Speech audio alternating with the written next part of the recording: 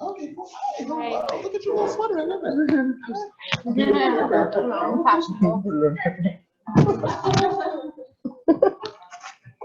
We did it. Okay. Like this? Okay. Boom. Yeah? Are you a loud talker? Yeah. Yeah. I'm pretty loud. I'm pretty loud. Hello. So, hello, huh? Hi, Maxine. So nice to meet you. Nice You look to so meet you. fabulous. I underdressed. I really, I mean, yeah, oh my God. Love it. I love it. I mean, I guess so. I'm trying. I could have done better. I could have done better. Thank you. So I think it'll do. Okay. All right. I need glasses. I mean, obviously. Well, we recommend them. As a kid, I mean, I wore fake glasses for like a whole semester in middle school because I just thought they were so cool, so chic. Thank you. Thank you. It's like starting to peel off. You did it. It's like they use a magnet. It's like the magnetized. That's the whole thing. So she like puts on the bunch of coats, and then when the green, she like put on a coat and then hold the magnet in it. So it's like Something in the paint. Yeah, to create that. Yeah. Yeah. Can I get one? What are these color situations? different New Orleans style. Don't know what to mean. Can I have the vanilla one? The vanilla one. Thank you. Thank you. Is that what this is? Oh, God. Okay, fine. This is good. I'm into it. I like it. I like it. I like it. It works. It works. You can do that. There's nothing.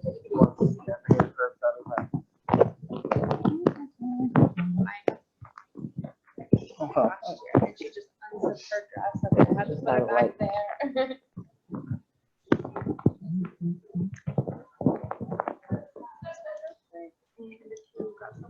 Tuck this guy in back.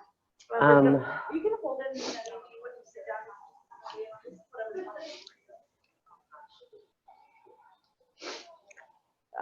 it.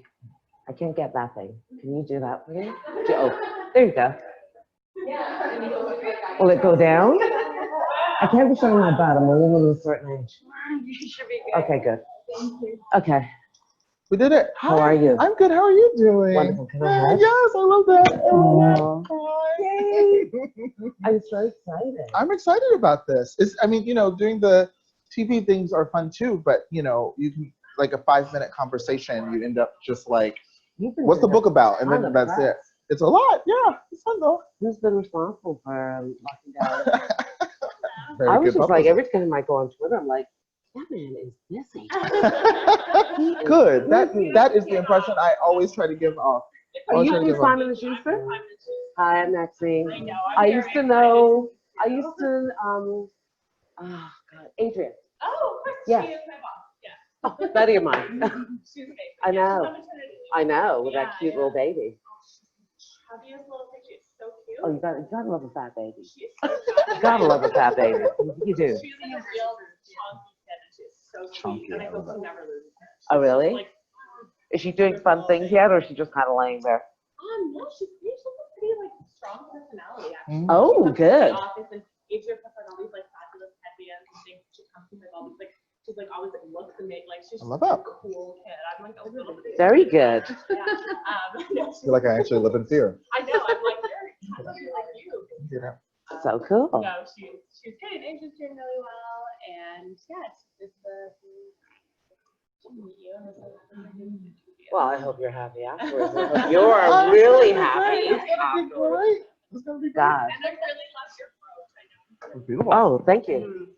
Oh, Thank you. I'm kind of jeweled up. Yes. I love it. Hold She kind of, she does metallic now. What's So your- this kind Oh, of you like do a- metallic. Oh, we're both wearing gold, green. Jade. Oh, it's matching rings. Brilliant. Oh, Protection. beautiful. Beautiful.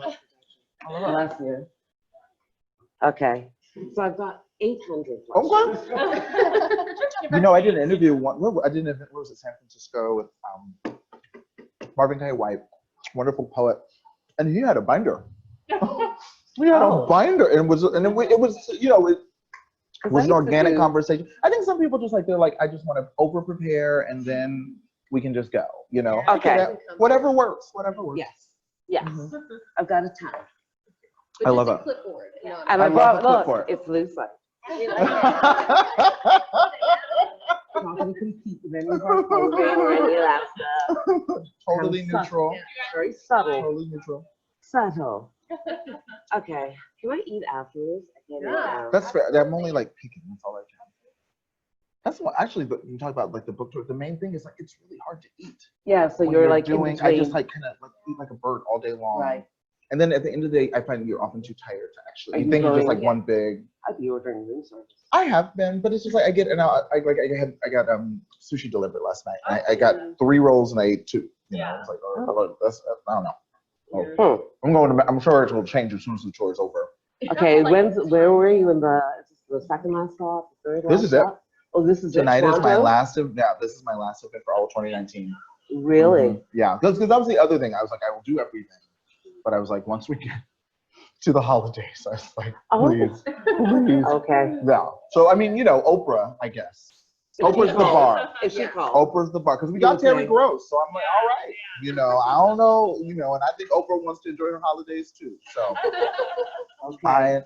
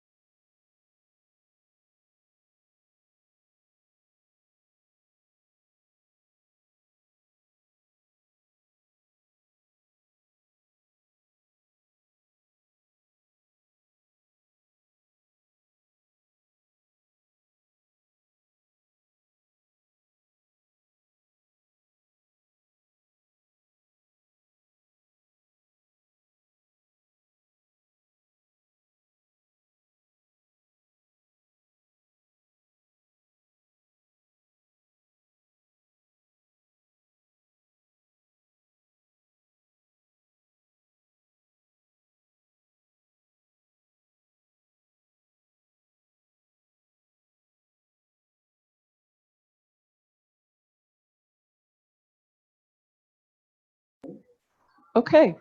Hi, everybody, and welcome to Kobo and Conversation. For anyone who doesn't know me, I'm Tracy Nosley, VP of Comms here at Kobo, and I'm very pleased to welcome two very special guests, author Saeed Jones and book lover extraordinaire Maxine Bailey. As the Chinese curse goes, I think we can all agree that we're living in interesting times. However, there are many positives to these times, and I'm going to borrow heavily from Salon magazine about it. These are the things that we can look at. Progressive art is being made. Diversity in television and film is growing, however slowly, but growing every day. Black writers are finally being published widely, studied, and celebrated. Diverse voices are finally being heard. And one of the voices leading the charge is our guest today, Saeed Jones, author of How We Fight for Our Lives. This is a compelling memoir about growing up Black and queer in America, which is a country not unlike our own, where it has a history of not being so kind to people who are either of those things or both. In his book, Jones takes a deep dive into our society and explores how culture struggles with accepting anything perceived as not normal, quote unquote. We learn about his journey through religion, sexuality, queerness, and how those complexities are defined and understood in an American family. Interviewing him is someone that, she doesn't know this, but she's a great friend of mine, Maxine Bailey. Love it. We're especially thrilled to have her in the house today. It's Kobo's 10th anniversary, as you know, and Maxine has been with us on our journey virtually since day one. She is, of course, an avid reader. She has been a Giller Prize jurist. She is a powerhouse at TIFF, where she was instrumental in taking the Toronto International Film Festival from a scrappy Toronto-based festival into an internationally celebrated one. And she has come to be known, this is where I have to flip to page 2 of the credentials of both of these guests. She's known for encouraging and giving encouragement and advice to young people interested in finding roles within the festival, within film, and creating opportunities that would not have existed without her. I cannot think of a better person to join Saeed today in conversation. So with that, let me get off the stage and let's let the conversation begin. Please give a warm welcome to Saeed Jones and Maxine Bailey. After you, my queen, after you. Thank you. Hi. Hey guys. Hello. Oh, look at this. Can you hear us well? This is so cute. Hello. Okay. Hi. How are you? I'm good. Welcome to Toronto. Thank you. Thank you. Are we treating you nicely? Yeah, it's been cute. It's been cute. Good. Cute. Yeah. Cute is a truly neutral. It's a good neutral. It's good. Really? You can see people, you know, often credit me for being, you know, they're like, you're candid, you're brave, you're what. I'm like, what other option do I have? Look, you can see and hear very quickly if, you know, I'm lying or I don't like what's going on. I couldn't lie. Okay. It's great. I took it a different way because I mean, puppies are cute. Puppies are cute. A city I don't see as cute. Oh, But, that's fine. okay, let's keep going. So, give me 5 words that describe you. Oh my, colorful, piercing, probably. Oh, is that a sex joke? Black, bold. Have I gotten to 5? Yeah. 4, okay. Yeah. Queer, yeah, that matters. Good. Good. Those would have been the 5 words I was picturing you. Oh, okay. That's interesting. So, I want to know about your online moniker, Mr. Ferocity. Yeah. Talk to me about that. Yeah, for me, I was interested in, so when I joined Twitter in 2008, I was going into graduate school. The wonderful novelist Saeed Jones, American Merit, she was one of my teachers in graduate school. She's actually known me since I was a junior in college. And so she had a blog about the writing life and I started a blog. She was on this thing called Twitter and I joined Twitter. And then around 2010, I ended up teaching high school. and the youths are terrifying. And so the ferocity was just going to be my secondary account where I would be myself. And so it was like my name, my identifying information wasn't attached to it because I was teaching 9th and 12th grade English. Right. And so I had the opportunity at that point to kind of, you know, use that opportunity to create a persona.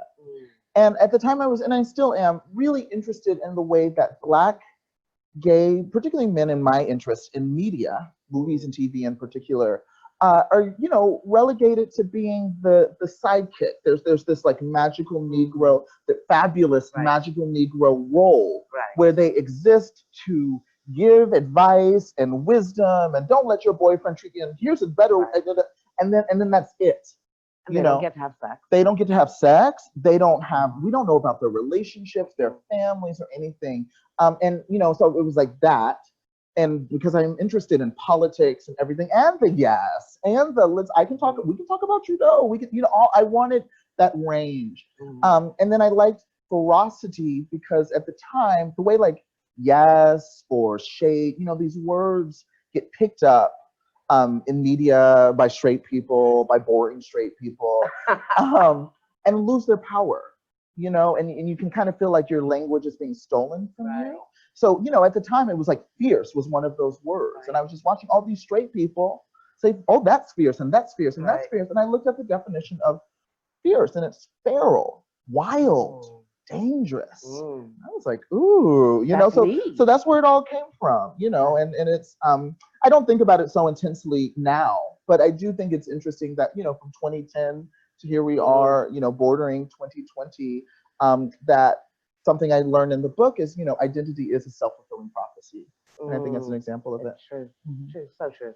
So this book is how we fight for our lives. And you fought for your life. Yeah. You fought to be where you are today. Absolutely. What do you want us to fight for? And what do you want everybody to get from the book? Right. Thank you.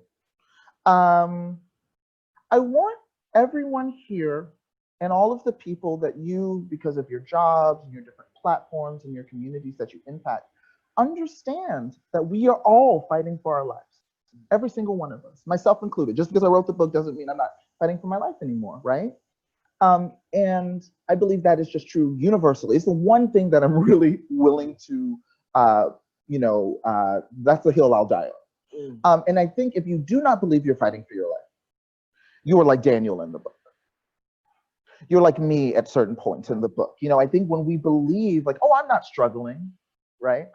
Everything's fine. And we've all done it, right? Everything's okay. What are you talking about? You know, and you are like treading water. Just like, oh, everything's fine. Everything's great. We've done that. And, you know, I certainly experienced in real time that dynamic, but working on the book for 10 years, basically from the earliest version of the essays to what it became, and just having to look at myself as a character and, you know, family members and everything, I just saw like, oh, this is so interesting. You know, Syed, you really thought you had it figured out.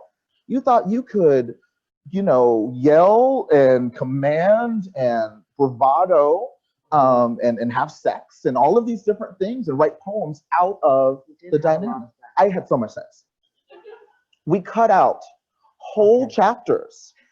Okay. And my editor, and I was like, why? I was like, this is a great sentence. He was like, I understand. And my editor is very nice, wonderful person.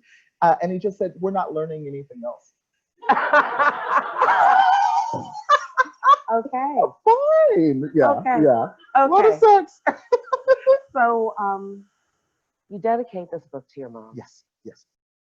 Her name's Carol Jean Sweet Jones. Yeah, good name. It's a lovely name. It's almost lyrical. Tell me about her. So, you know, both sides of my family are originally from Memphis, Tennessee. And my mom raised me as a single parent. She worked for Delta Airlines my entire life. Before I was born and when I was younger, she was a flight attendant, which I think is important in that, you know, we come from, you know, working class, kind of paycheck to paycheck family. But there are a lot of, and I now know more so, you know, a lot of people who, having worked in the airlines, have gotten to see the world. Mhm. And though maybe they're still living paycheck to paycheck and everything, they've been out there and they bring that worldliness, a word that comes into the book at one point, they bring it into their lives, and my mom was like that. Every night dinner, it was like a different cultural influence. She was always studying. We might have Mexican food one night and the next night she would make Korean curry. You know what I mean? And then, fried chicken the other, just all, she was just curious about the world. She read 3 newspapers a day. My mom, she was very beautiful, very stylistic. She loved makeup, and I would watch her put on her makeup and try it on when she was gone, and all of that. But she, something that always cracks me up is that she had her purse, like the cute, fashionable purse, and then she had what I called her bag, this big, ugly leather black bag that would have the 3 newspapers she read every single day. Every single day she read the Dallas Morning News, the USA Today, which I was like, girl, why? and the New York Times every single day, and it would just be full. And then there was like old magazines shoved in there, and then she'd be reading, what was it? Sue Crafton's The Alphabet Murders, all of that. And she with her everywhere. And we'd get on a plane, and she'd be bumping every passenger, it just drove me crazy. But I think that's like important to think about, because when I was selling the book, I would say I was raised by a Black single mother. We were living paycheck to paycheck, and you see the thought bubble, right? Like, kind of go, yeah, got you in the box. Yeah, I mean, publishing in the United States is still 89% white, so here I'm assuming 95% white in Canada, and so you want to go, wait a minute, like it's not, let me bring some of the nuance. So I brought that to the book, and then through another friend of hers, who also worked for Delta and traveled, she was introduced to Nichiren Buddhism. She chanted Nam Myoho Renge Kyo. It was like Tina Turner in the movie. I watched that damn movie so much as a kid. I loved it. And Tina and I actually have the same birthday, November 26th. So it was a lot of kinship. But she started practicing Nichiren Buddhism in her 20s before I was born. And so that's another dynamic you see in the book. Like, and this happens all the time, right? Where there are these existing family wars, basically, that we end up being born into, and we don't know what's going on. And you're just like, I'm trying to get my Christmas present or whatever, and here's this hot, or for me, I felt like it's a Cold War. There are a lot of silences, and then it explodes, at one point in the book for me. But yeah, that's who we were. So your Buddhist mom, Mm-hmm. you catch her one time dancing around Yes. to a song that you see your mom not being your mom, but being a woman. Yes. Talk to me. How old were you when that happened? Yeah, I was a kid, so that was like, I don't know, 10 or so. I'll say that was one of the times. My mom was always. Just last night, just the other day, I was looking up the Kelly Clarkson song "Walk Away." Came out, I think, around my senior year. Anytime it came on, my mom was at the front of the room dancing. And of course, the more embarrassed you are, the louder she starts singing. Right. So that was her. So yeah, I captured her dancing to Prince's "I Want to Be Your Lover." But I did that in part because just as I used the title to make it clear from the very beginning, this isn't just about me, this is about us. And I want you to know that. This book is not a vacation from your identity. In the same way, I used the poem to introduce the idea that my mother is her own person. She's not a literary device. Her humanity and her life story has value beyond me, because, I'm a gay man, if you haven't picked up on that. Yeah, are we all good? We made it there together. But I see books, I see movies and narratives created by men of all sexualities, and the women in their lives, I think, are often treated like columns. They're treated like architecture. And they're there because she held me down and she sacrificed, and yes, she did all of that, but she was her own person. So I felt, and it was nice to get an inkling of a dash of it. Yeah, the single mother trope. Yeah. It was just like The her joy. dancing to Prince. Yeah. And then when you start looking at the words in that particular What a song, sexy song. Yeah. Oh, Yeah. oh. Yeah. Even when I went back and looked at the lyrics, they were actually bolder than I remembered. You know what I mean? I was like, oh my gosh. Oh yeah. I want to be the only one that makes you come line break running. So good. And that was your so mom. good. Oh yeah. I know. Okay, so your mom was working hard. Yeah. And trying to look after both of you. And during the summer of '98, you spent a lot of time alone. Yeah. While your mom was at work, and it was the summertime, and you're hanging out, and you kind of spy these, neighborhood kids playing. And there's one young man that caught your eye. Both eyes. Okay, let's talk about what your both eyes saw. Yeah, Cody. I mean, he was the first crush, or rather the first crush where I even had an opportunity to mess up, as I do very quickly. But yeah, he and his brother. I lived in a big apartment complex. We literally lived on Main Street in Louisville, Texas, home of the Louisville High School Fighting Farmers. Like metaphor. That means nothing to you. Okay, it's just like so basic. It's like the Okay. most basic American, like whatever. And yeah, they lived, a few buildings over, and I would see them playing, and I just had a crush on Cody. We were the same age. And yeah, I mean, he ended up being the first person that I remember. I always hold that memory is an unreliable narrator, so that I remember calling me a gay slur. And But you, at one point, you thought he was going to be your friend. yeah, we would like hang out, and I think kids do this, and particularly, we're turning 12, and so your social patterns start to change, and so you end up that thing where it's like, well, I'll hang out with you like when we're at home during the summer or after school in the apartment complex, but if you see me in the cafeteria at school, don't you? You stay over there. That was our kind of, and then, later I realized I did the same thing. And I think I mentioned at one point when I see, and this is by chance, I mean, a formative summer in all kinds of ways, but Matthew Shepard will be killed that October. Right. And James Byrd Jr., a black man, was killed by 3 white supremacists that June, 4 hours from where I was living. All of this is happening at once. But I note that at one point when I finally saw Matthew Shepard's photo, I had the same thought. I was like, oh, what a sweet kid. I'd hang out with him after school, but I wouldn't hang out with him at school because I would be embarrassed. Like kids have such an innate hierarchy. A hierarchy, and they and they understand power. They really do. Like that, they are always like, who's on top, who's on bottom. They're really, they feel it. It's all they think about. And why wouldn't they? It's the only thing they understand. So you and your mom, because she's such a news junkie, and you're watching the news when she comes home. And then that's when you hear about James being dismembered Horrible. in Texas. Horrible. So I don't know if you want to just touch on that. Sure. I mean, it was formative because it became so the federal hate crimes law, which took like 15 years, by the way, in the United States to become law, is based on James Byrd Jr. and Matthew Shepard. Their names were in the law. 1998, 2019, it like just happened a couple of years ago, by the way. He lived in Jasper, Texas. He accepted a ride home from work because it was hot, incredibly hot in Texas in June, and he couldn't, didn't have a car, from 3 strangers at a gas station. They turned out to be white supremacists.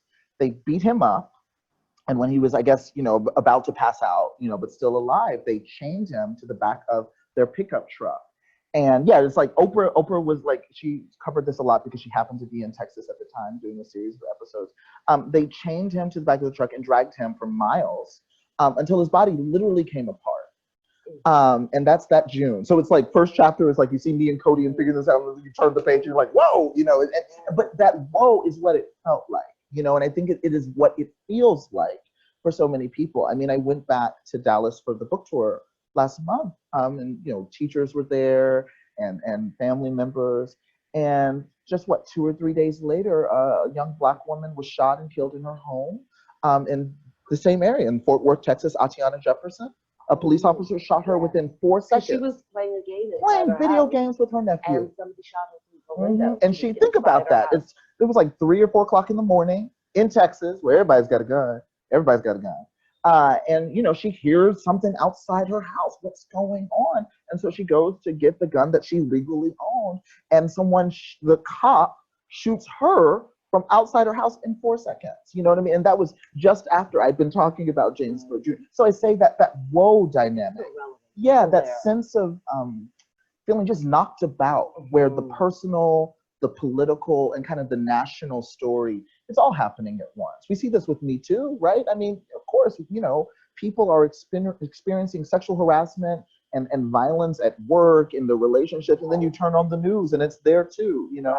Yeah. I mean, you wrote, being black can get you killed, being gay can get you killed. Being a black gay boy is a death wish. Right. And one day, if you're lucky, your life and death will become some new artist, new project. Yeah. That really, especially after just reading about James and Matthew Shepard, and you and your mom watching it in that moment, and your mom chose to get up and go to her room. She turned off the TV. She turned off the TV and went to her room. What did you do? I went to my room too. Yeah, I think it's, and you see that a few times in the book. Part of it was just the way our apartment was laid out. The living room was in the middle, the bookcase with the books that, you know, James Baldwin, that becomes very important. And then our bedrooms are on opposite sides. And yeah, I mean, we would just retreat. We would just retreat. Retreated separately. Yeah, yeah. I mean, you know, I think someone in Boston said that she was like, do you think, you know, part of the reason you and your mother struggled to talk about sexuality, which becomes that, is because she was tired? I said, yeah. You know, there's a class element, you know, where, you know, everybody doesn't have time to be reading all these great books and studying up on culture, and you know what I mean? Like, some people are just trying to pay bills. Right. And, you know, for a lot of my childhood, my mom was working 2 jobs. She would work at the airport all day long, at the DFW airport, and then she would work at the makeup counter at the department store at the mall. You know what I mean? And that's why I had so much time. Yeah, that's what she was doing when I was off with Cody, or often reading, you know, reading all of these books. Yeah. So going back to Baldwin, you mentioned, so you discover James Baldwin. Yeah, Another Country. Another Country. Woo! What a moment. What a time. How old are you? You're quite young. I was 12. Wow. I had to look it up. I had to do, it was like you know, do the math and yeah. That was a big book. It was mind blowing, and it's interesting. You know, I've reread it since. It's actually not my favorite novel of his. Like I reread. I've read Giovanni's Room probably 5 or 6 times now. I've only read Another Country a couple of times. But as an adult, I'm struck by the incredible violence in the book, which, knowing what we know, it feels like foreshadowing. But as a kid, and when I talk to young people, it's somewhat similar. Like, for young people, they're just like, I don't know. Like, I was talking to a woman the other day, Black woman, and she said, you know, just seeing Black people working in marketing in the movie Boomerang when she was a kid, she was like, that was a big deal. I didn't know Black people could work in marketing or advertising. You know, just or she was like, you know, I know the Cosbys and like for everything, but she was like, it did matter. A Black doctor, a Black lawyer. So for me, reading Another Country, I was like, white people are having sex with Black people. I didn't know you could do that. You know, and then you know, a character, the main character is bisexual, is queer. You know, he's having sex with women, and I was like, okay. And then he's having sex with men, and I was like, whoa. And then he's having sex with women again. I was like, wait a minute now. You know what I mean? Like, so I think when you're a kid, like that, the representation, and you know, it does matter. It's actually not nuanced at all. You're just like, it's possible. You know, and so I thought I was going to get in trouble for reading it, which was why I kept reading it. Yeah. You're like, I would love some 12-year-old kid, you know, in the suburbs of Toronto, you know, being like, when you look at the content yeah, of the book, you know, the amount of sex that was in the book. Do you think there are going to be young children around trying to figure it out? How they can continue fighting for their lives? Yeah, I hope so. So you read in the book, something drops out of the book. Yes. So talk to us about that. The Polaroid. Talk to us about how your mom dealt with that. Yeah, so I find a Polaroid in the book. It's a forbidden book. It's a forbidden book. Something hidden. Something's hidden, and it was like used as like a bookmark, I guess. Because my mom went to college for a few semesters and kept a lot of those books. I think this is one of those books. And there was a photo dated like Jackson, Mississippi, which is pretty close to Memphis, Tennessee, where we were born and from. And there was a picture of a guy. It was like 1982 or something. It was dated on the back, and I didn't recognize him, this man. But tribal recognition is real. You can find your people. And I was just really curious about it. And so when my mom got home from work that day, and mind you, I'm hiding Another Country under my pillow when I go out to talk to her. So, you know, and I'm like, who's this man? And she, you know, she's coming home from work. It's June, it's hot, she's exhausted. She's like, literally, can you like wait a second? Give me a minute. But of course I didn't.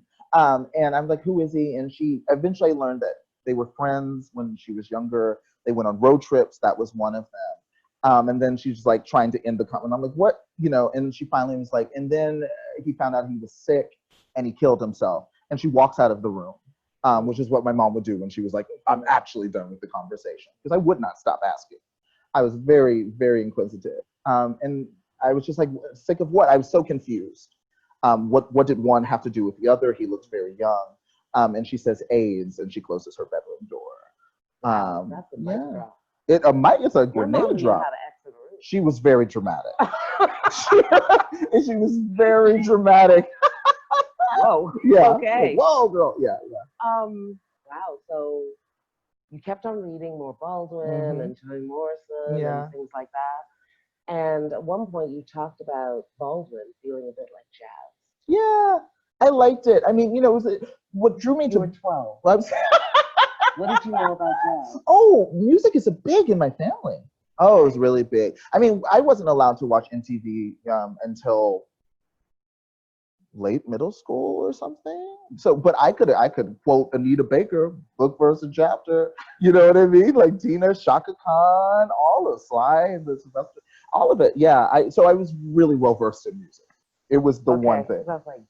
Yeah, and it was and I guess the other thing, it was just sexy. I didn't know books could be sexy, could be cool. Because of course the books that you get in school when you're a kid are decidedly not cool, generally. They're often by dead white people. They're not by people like you. They're not writing about, if you're a Black kid, they're not writing about people who remind you of your family members. And Baldwin did. And later when I found Sula, I was like, oh my gosh, Sula kind of reminds me of my mom. I hadn't seen a woman depicted in a book, and I knew, I didn't understand the Nobel, but I understood that Toni Morrison was a big deal because she was on the posters in the library at school. So I knew that this was important. Right. And here's a woman that reminds me of the women I come from. And I was like, oh, you can do that. Yeah. So let's go back to libraries, because a lot of stuff happens in libraries. Multi-purpose space. So in the library, they play a big role in your life. They do. You research being gay. Rather unsuccessfully. Yeah. Yeah. Mixed results. So there was like some stuff there that you didn't want to know. Yeah, I mean, and this is an important lesson. I didn't, and I think I was wrong. I mentioned that I didn't trust the librarian. So you went to ask her. So I did it on my own. And I now know that I bet she would have. I know a lot of librarians and teachers and booksellers who are like, here you go, baby. Right. Don't tell your parents. Here you go. So you did your own research. I did my own research, and not very well. So you also had your first sexual encounter. Woo! We're fast forwarding. This isn't all happening when I'm 12. Yeah. In the same library, which is funny because in Louisville, it's a suburb of about 80,000 people. How old were you? You were like. I was like a sophomore in high school. Okay. 15. The library is where City Hall is, where the police department is, it's all in the same complex. And I started using the computers because we finally get the internet about a couple of chapters into the damn book. Thank goodness we didn't have her on our phones here. It would have been a very different book. But yeah, and so I go, and I was very unsuccessful. I'd be trying to find anything gay on these computers, and it's like ad blocker, but I was like, when people are like, I'm good at Twitter, and I think that's where it came from. My comfort was just because I was like, basically a dad walked in and sat at the computer next to me, and I hadn't noticed.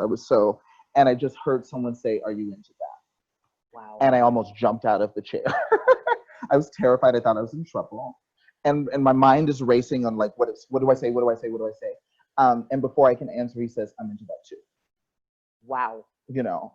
15 years old. And he was. And how old was he? He looks like now that I'm adult, I'd probably say he's probably in his mid-30s. But at the time, I was like, oh no, he looked like he was 50. Because kids think so old. But he looked like he was, married. I eventually noticed a wedding ring. I probably had kids. I'm very, very much of a type of where I grew up, of the dads I grew up around. And so we go into the public. Or he tells me to meet him in the restroom, and I went. Slow down slightly. So you are doing something that is going to be frowned on, digging up through the internet, totally trying to find out if you're gay or not, or how gay are you. That's what you're trying to do. And then this possibly strange man comes to sit, and grown up. Oh yeah. Comes to sit beside you and invites you to a bathroom. Yep. You don't even think twice. I do. I was like, is this, one dynamic, one motif you see is me going, anytime anyone is nice, generally, if you include this as being nice, my impulse is this a trap? Right. Cody, when he's like, let's go hang out, I'm like, is this a trap? And it was. Yeah, but I still go. I mean, what is it to be young? I mean, that is part of it. That young people, it's why as adults, our silence, our refusal to talk to young people about things that we think are difficult or too much is just dumb and dangerous. Because I'm telling you, they're gonna do it anyway. If they don't get the answers from you, if they don't feel you or someone they can talk to them, they're gonna figure it out. And you don't know who they're gonna go to, right? And I think that's really important. It is all difficult. It is inherently awkward talking to young people about sex. Oh my gosh, absolutely. But and you hadn't talked to your mom about it at all. It was a total silence. And so, yeah, but I felt I had so many questions and so much desire. It felt like I think to be a young person, it feels, you get to a point in puberty and, desire, it feels like a contained explosion, where you're just like, I got to do something. You know what I mean? And yeah. And then, so if you add the dynamic of being a Black gay kid in the suburbs of North Texas in 1998, marriage equality at the time. I mean, so my junior year of high school is the Lawrence v. Texas Supreme Court decision in the United States. That is the law that until I was a junior in high school, it was technically illegal for people to have sex with someone of the same gender. And I knew that. I knew that as a high school student, that like technically, if I were in intercourse with another man and police walk into, we could get charged with sodomy. So that is the culture in which I grew up in. So it's like, yeah, I understand it's scary now, but you have to understand the context in which someone goes, I like that too. That is such a power. It's like a lighthouse, in kind of the darkness that I felt, that our desire to connect, whether that is sex, whether that's a conversation, whether that's art, it is so powerful. And I think we have to honor that, because if we don't, we, like you see in the book, right, that there's a pattern where I end up in like really dangerous situations. Yeah. So we're not going to dwell on the library, other than you're going to tell us you have great relationships. It's great. We're all good. To go. We're all good now. Okay. So you mentioned your mom being a Buddhist. Yeah. But your grandmother's not a Buddhist. Super not. You spend summers with your grandmother. So talk to me about that dichotomy, because you've got your Buddhist mom who you chant together with your mom. And are you currently a Buddhist? Not really. I don't practice it. And I think if you need to practice Buddhism, like my mom would chant twice a day, and I don't do that. But it's a life philosophy that I certainly draw from. But yeah, I mean, talk about your grandma. Totally different. So super different. Mildred is not a storyteller. She's not a joker. She hates cooking. Honestly, she usually votes pretty conservatively. She preferred to like sit in the corner and like read the Bible and mind her business, and that's it. But she's incredibly passionate about her faith. And like I think a lot of parents, but certainly single parents, come to rely on their broader family to help raise. And listen, kids not in school, like for the holidays in the summer, that's a really expensive time for working class parents, because the kids are there all day long, and boys especially just eat everything in the refrigerator on the first day of summer vacation, and you're like, oh my God. So she sent me to stay with my grandmother, and done that every summer. And so that Cold War I mentioned over faith, by the time I was 12, 13 or so, 14, it wasn't cold anymore, because I think what happened was that they'd given up on my mother, on saving my mother. But because I'm a teenager now, I'm starting to talk back, and all of those things, they felt like this urgency. My grandmother in particular, this is the summer, we've got to save him. So I was used to going. It was like when you go to Memphis, you go to church, fine, but they started going to a different church, an evangelical church, a white church in the suburbs. So it was culturally different too. And she started to double down on your Double church. down. She doubled down on Triple. I mean, we were going to church, I think, like 4 or 5 days a week, not including Sundays. That's like the whole week. I told someone the other day, I was like, honestly, my memories of that summer, like I would be at the apartment complex pool, which you see at one point. I would be reading, because this is when Oprah starts having Toni Morrison on. So I was reading The Bluest Eye, struggled with it. I didn't understand it. And then we would go to church. That was my whole summer, Good time. Yeah, it was a hoot. Good time. Okay.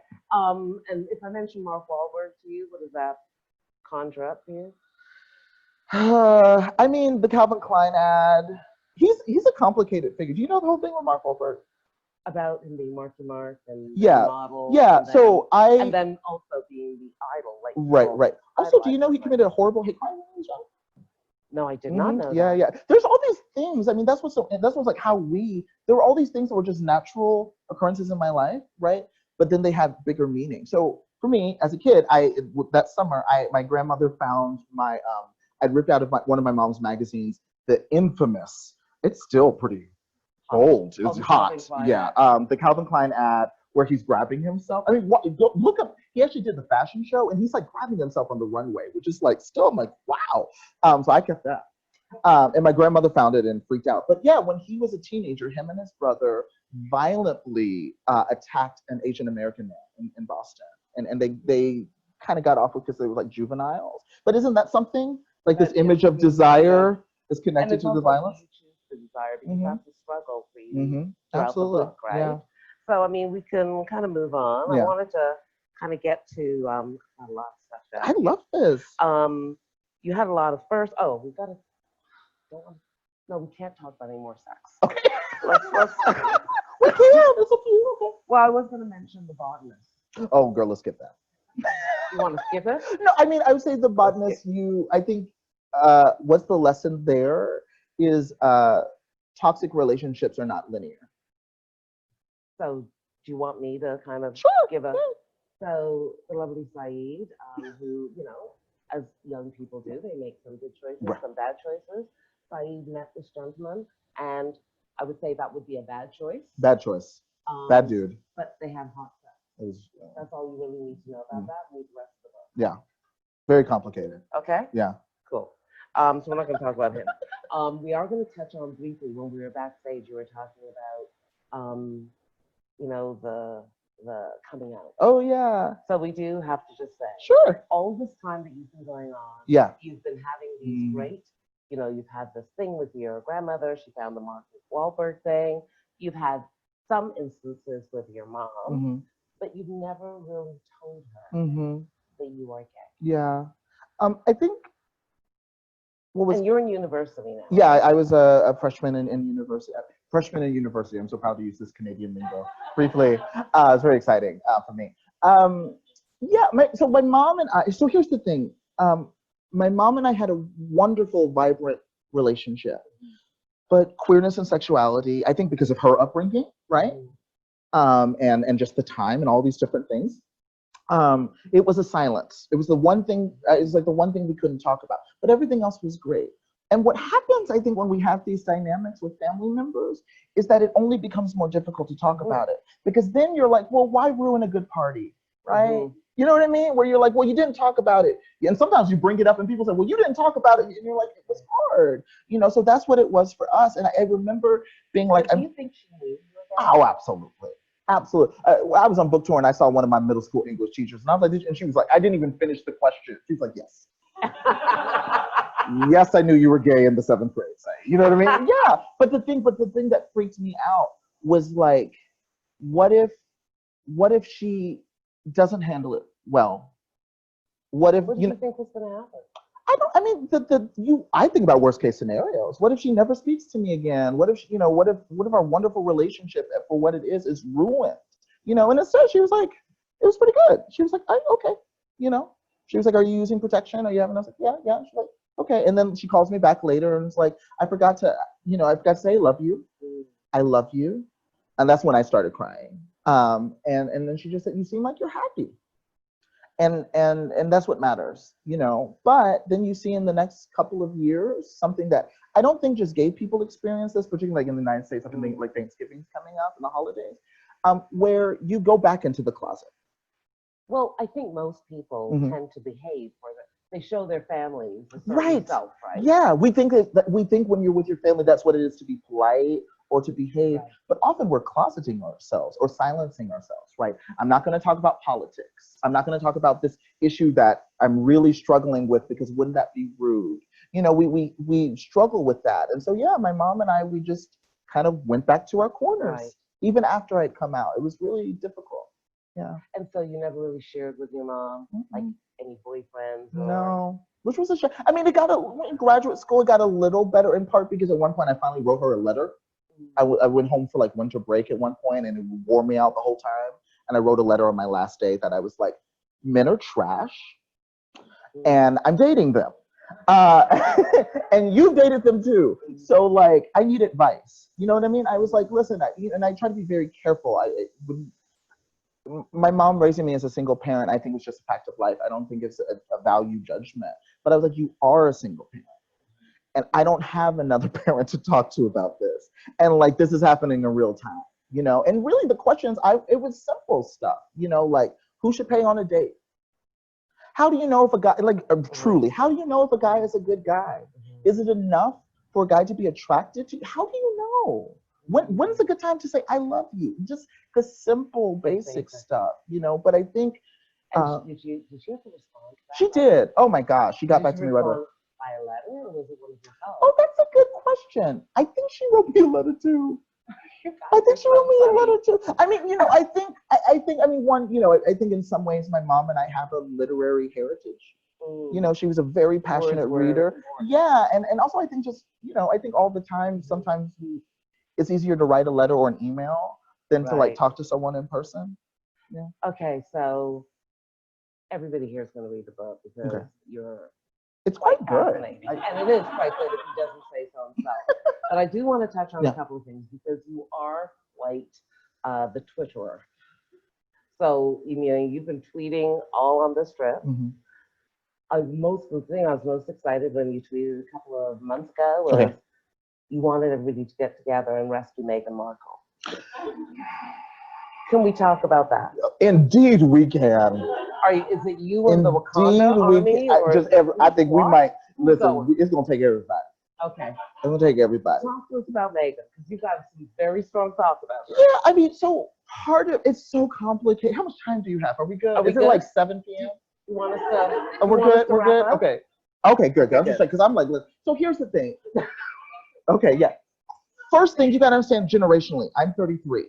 So I grew up with Prince Harry and his brother and William. You know, I remember, and it's not in the book, but I remember going to a wedding actually with my mom and walking into the apartment, and she was standing in front of the TV. And we were watching CNN and found out what had happened to their mother. And obviously, listen, that's something that matters to me. Boys and their mom, I'm like, I get it. Okay. You know, so I've seen what they experienced. I've seen the beautiful transcendence, particularly Harry. I think the way he talks about mental health, I mean, that is no easy thing. There are people who have far less, you know, to lose or gain who won't admit that they've struggled with grief or depression, you know? And so I do admire that. I think he's done some life work. Right. And she seems like she has too. And she's quite lovely. Toronto kind of claimed her. Oh, good. She lived here for quite some time. Oh, lovely. I didn't know that. She was shooting. Okay, good. Well, I'm glad I'm on the right side of history. And I love Suits. Oh my God. Okay, I won't. But oh my God. Oh my God. Okay. What a show. Okay. So knowing all of that, and then just listen, I think it is, you know, I feel very confidently as a Black person in the way that I said, and I feel as a queer person, we know when racism is afoot. And I don't care what you say. You can come up with all these media narratives. You know, people. Whiteness is very eloquent and very creative. We know what's going on. You know what I mean? And I think and this happens all the time. And that's the whole thing with the royal family. They become avatars for whatever we are working through. I get that. We're using them to talk about things that we, for whatever reason, don't talk to each other about. But the only thing that's more painful than racism or homophobia is the gaslighting. When it's like, you just slapped me in the face, and now you're going, why aren't you smiling? And you go, you just slapped me. No, I didn't. That's what it feels like. It's painful. Misogyny, and people are gaslighting publicly. And Kate seems lovely, but I mean, in any scenario where women are being framed in this, that's toxic and not healthy. It's evil, frankly. And then obviously, the fact that she's Black, that is totally so much of the subtext of what's going on. And people, you know, all the other, I just don't buy it. And beyond all of that, I think it's mean. And to go back to where I started with, I mean, so for her, that's a lot. Could you imagine being Prince Harry? Like just as a person, I get he's a royal, and I'm not down with that. Colonialism, it kind of sucks. Kind of trashy. So like, don't get me wrong, but just imagine just as a person you lost your mother in the way you lost your mother, because the media chased her to her death. Could you imagine just waking up this morning and being like, is it going to happen to the mother of my child now? And that be a somewhat reasonable concern. That's not out of left field. That would keep me in that bed. Keep me holding her and holding that cute little baby. How do you, oh my gosh. And so your tweet said that you wanted to go rescue Meghan, Harry, and the baby. All of what's his name? Archie? He can come too. Well, come on, Archie. Come on, baby. Yeah, I just feel, listen, I wrote a book called How We Fight for Our Lives. My mom, as you see in the book, like she died way too young of a heart attack the night before Mother's Day. I understand that these are things that matter to me. And so I leap into them. But listen, life is so hard. It always has been. Not just like the last few years. It's always been difficult. But I think we have a better conversation about how hard things are now. And knowing that, if you can spare cruelty, shouldn't you? Yeah. That's just what I think. If you are somewhat aware of the control you have over a situation, in which case the media has a lot, don't you want to spare cruelty? The ghetto. We are gonna talk about how do you honor your mom on Mother's Day? Oh, that's a good question. I spend time by myself. I usually I have to, because it's difficult to and a friend I'm glad told me who lost her mom, she was like, listen, you don't want to look up at brunch on Mother's Day Sunday and you're surrounded by families with their moms. You don't want that. So plan. So I might take a little trip out of town, or I try to pay attention to how I feel. I might have dinner with a friend. I plan for it. And I give myself space to feel however I feel. And it's different all the time. Because grief is, I said this yesterday in an interview, but grief is really queer. And it doesn't care about time. So the example pop up whenever. Totally. I always tell people, like, if you've experienced deep grief, you could walk to the little cafe back there and someone could walk by wearing a cologne that might remind you of like an uncle that was beloved, and you're like, tears in your eye. You're like, I was just trying to get coffee, So grief doesn't care. And so I think all we can do is kind of know that and let it ride out. You did have one comment. I've got two more questions. Okay. Quickly. So this is really, you had a comment about a Canadian politician Ooh. who chose unwisely around a Halloween costume. Oh my God. And you also tweeted about He's that. ruined hot politicians for me. I'm watching are any of you watching Watchmen right now? No, it's really good. Thank you. Ruined the senator, because I was like, he's hot. It's trash. I can't trust him. Reminds me too much of Justin Trudeau. Because it was like, what, 3 times? 3 times, my dude? Yeah. Okay, and then one more question. Okay. I've got like 85. The lightning round. I love it. Has the book been optioned yet? You're the only person crafty enough to ask. People are interested. I'm always willing to hear people out. I am. But this isn't just a book, right? This is your life. It's my life, and it's my mother's life. And it's your family. My family's life. My grandmother, Mildred, she's read the book. She was very supportive, She never told me not to. And so I feel such a responsibility. So, there is something interesting when you're writing about yourself and other people, that you have to be loyal or honest to those people. Yeah. But if you humor me and your book was optioned, who would play you? Ooh. Now you want to play that game now, don't you? Well, that's not that, because that's just fun. That's just fun. I mean, I feel like for a younger, because you have to be several people. You play your mom. Oh my gosh. I mean, part of it is I think these are great opportunities for new actors. For the young side, I don't know who that would be. It would be some brilliant kid that none of us have heard of, and then we're like obsessed. Kind of like Stranger Things. It's like, oh, we didn't know these kids, and now you're like, yeah, exactly. So something like that. I love Andre Holland. He's in Moonlight. He plays the love interest in Moonlight, and is in something right now I can't remember. And then who was it the other day where I was like, oh, he's pretty cool. Oh, a Broadway actor whose last name is escaping me, but it was just on Broadway in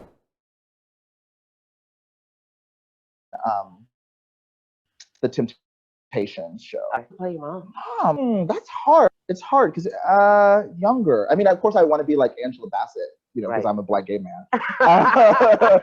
But you know, you see my mom when she's younger, so I don't know. I love Regina King, but the same thing. I just see that it's not really an answer. I'm just like, who do I stand? Which is like every Black woman in Hollywood. And I did have one other question because now you've got super fans like Roxanne Gay, Jacqueline Woodson. Okay. Those women love you. Yeah, I love them. But they're personified by you. My queens. Okay, so are you the new young hot Black gay author? I don't think so. I think we're starting to move, and because of like what you were noting, like the work you've done with what you did at TIFF, you know, and that we are seeing in publishing. I think we're moving away from there can only be one, you know, and that there's more space. So I feel more of like a sense of generation. I feel like I have a lot of peers, which is exciting, right? I mean, you know, there's Janessa Smith, wonderful poet. You know, certainly Roxanne, Jeremy O'Harris is a young Black playwright. Slave plays on Broadway right now. Talk about that. And I've hung out with him. We've had dinner, you know what I mean? And so it feels like there's this moment where, and Terrell Alvin McCraney, who I think is just tremendous, you know what I mean? So I feel like I'm a part of a generation. Terrell wrote Brothers? Terrell wrote the brother-sister plays, and he wrote the screenplay for Moonlight. Okay. Yeah. Okay, I'm so sorry we went over time, Tracy.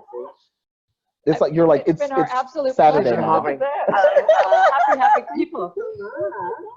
We have time for a couple of very quick questions. Lightning round. I always get to ask the first one. Okay. She was like, it's in my contract. I love it. Thanks. You started by saying we are all fighting for our lives. Is it important that we talk about that fight? I think so. We have to have purpose. You know, because sometimes you can just be like, it's all about me. The point is not to then go, well, I'm fighting for my life, so I get to be a jerk now. You know, it's not that. I think it's recognizing that we're all struggling. And when we're struggling, we make mistakes. You see, I make a lot of mistakes in the book. I'm not always kind. I'm in fact very hurtful when I'm struggling. So I think it's like context for us to keep in mind and go, oh, okay, what can we do? And that's the starting point for work. You know what I mean? I'm interested in what happens when two people are in a space, Syed and his grandmother. There's no antagonist. They're both trying their best. She did everything she did because she loves me. It was wrong, but she did it sincerely, and hurt still happened, right? So how do we deal with that? Yeah. Thank you. I'll get you. I see you. Yeah. Okay. I'm so glad I get to ask you this because I was in the car alone driving to go pick up my kids, and the New York Times Book Review podcast was on, and you were being interviewed by Pamela Paul, and I was like, you know what, I'd ask him. And then I forgot you were even coming in, and I'm like, oh my God! It's all happening. I love it. Thinking about memoir, and you're a young writer, and the cliche is upcoming birthday notwithstanding, you know, the temptation to, you know, the cliche is wait until all of the named are dead. And you haven't done that. You've written young, and it's sort of, and the thing it makes me think of is do you perhaps wish, I mean, you're the person you are now who writes this memory of yourself then. Right. Do you perhaps wish that the person you used to be maybe had captured this in his own view? Oh, no. No. he's better. No, I mean, I think, you know, I think part of youth is delusion. Right. I was delusional. You know, I really, I think one of the reasons, you know, that it's so hard in our struggle is that someone can go, Saeed, you look like you're struggling, right? And 90% of us would respond, no, I'm not. Like, what do you mean? You know, we take it personal, we're offended, we're hurt. We feel too uncomfortably seen. And so we resist it, you know? So I think, yeah, I try, you know, something you see, the reason I say a decade, right, is that this is 2019. One of the climaxes of the book, someone does literally try to kill me, my senior year of college. And I started writing about it right away, you know? And you see in the book, I'm not accurately depicting what happened. And I wanted to show that in the book, how we try to maintain control even as we're losing it. So yeah, I think if Syed was still going through the heat of those particular dynamics, maybe it would have been pretty, maybe it would have been whatever, you know. I've read my diary. I wasn't a very good writer when I was younger. but I think it also just wouldn't have been wise. You know, it just takes time, you know? Yeah. Thank you. Hi. Hi. I never ask questions at these Oh, I things, love this. Okay. and I'm very nervous. Okay. So I wrote it on my phone. Oh, I love it. I love it. A woman with a plan. She's like, I'm not just gonna sit here and be nervous. I'm gonna take action. I love it. I love it. So I listened to the audiobook version of your book, and I found that hearing your story in your own voice kind of added a whole other level of emotional impact for me as a reader. Did you find that you had an emotional distance from your story while you were recording the audiobook because you had already written it and you just kind of had the job of reading it aloud? Or did you find an emotional weight behind kind of reading every word of your story into existence for another person? It definitely acted upon me. Yeah. I think I write with a sense of distance, and I'll come find you too. I write with a sense of distance and a kind of coldness, but reading it, and I recorded it this summer, 2 days, which is pretty intense. And you're just like alone in the studio, and there's like the engineer and then the guy outside, you know, and they would only tell me kind of at the end of at the bottom of a page, you stumbled on this word or, you know, whatever. So a serenity kind of takes over. And yeah, so I think just the time reading it in such a fast, you know, compressed space, the silence I was around, I didn't have my phone. And yeah, I mean, we know writing something is different than speaking something, right? And absolutely, I mean, saying some of the dialogue I found actually really emotional, and I would have to kind of check myself. Even simple stuff, like the first time I realized I'm speaking in my mother's voice, that was a moment, you know, or painful things that were said, like the pastor, that was hard, you know what I mean? So yeah, it did impact me. And then the end of the book, I mean, when my mom passes away in it, that was really difficult. And the producer was very subtly like, would you like to take a break? It's like, yeah, and I went in the restroom like, oh my gosh. And then reading the acknowledgements is actually when I started crying, you know, because just thanking, you all know how many people it takes to publish a book, any book, and it takes far more to publish a good book. So, you know, I just felt tremendous gratitude, and it was overwhelming. So it was cool, but also the other thing is it's helped me understand how readers feel. Because I write with a sense of distance, when the galleys went out in May and I hadn't done the recording yet, like when people were like, I was crying, so I was like, thank you. I didn't get it.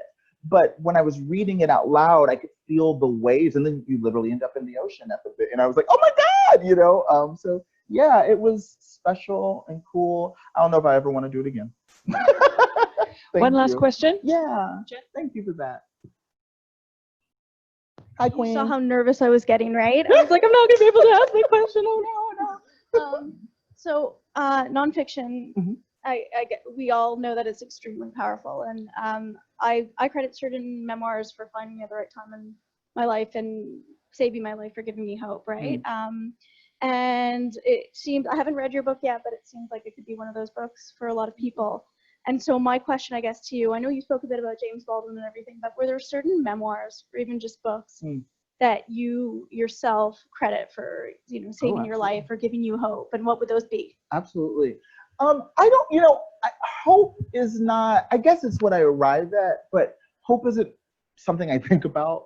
But Mary Carr, the Liars Club in particular, and again, like, just, you know, she's writing about East Texas, which is very different from where I grew up, but she captures the voice of that part of this, and that was powerful. And the lyricism, I mean, her writing, and then Cherry, which was the follow-up, it was a book I went back and studied because I felt, you know, I am a poet, but the book is not written in verse, but I tried to bring the lyricism into it. And I think Mary Carr showed me how to do that. So she's a writer I look to. And then Baldwin, you know, I read No Name in the Street this summer, and I think you should read it if you haven't. It's his memoir that he writes in the 70s. So it's, and it opens basically with Martin Luther King Jr. being assassinated, and then Malcolm X is assassinated.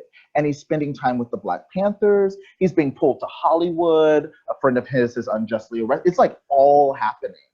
And it's a very different color of Baldwin. I mean, he still does move towards hope and love always. That's just the miracle of the person he was. But he is really shook. You know what I mean? And I think reading it in summer of 2019 was just so powerful when we're just like, what is happening? It's like, I'm looking at my memoir and I'm like, are things better or worse than 1998? I actually don't know, And so to see him really honestly capture that, as well as class differences. It opens with him mentioning that after MLK died, he was wearing a suit. And he said that he'll never wear that suit again because he was so heartbroken. He said in an interview, it was very beautiful. And then one of his childhood friends calls him and says, I need that suit. It's really lovely that you can afford to not wear that suit anymore. But if you don't want it, I will. Yeah. And so he has to go home and he's like, so it's just it's a powerful memoir, and it's a powerful look at this person whom I think we know well, but I felt like I was seeing it in a different way. Yeah. Thank you. Well, that's a great book list, everybody. Write those books down. Go read them on Kobo. And top of the list, of course, is How We Fight for Our Lives. So thank you so much. This has been a great conversation. I think one of our very best. So thank you, and thank you for coming.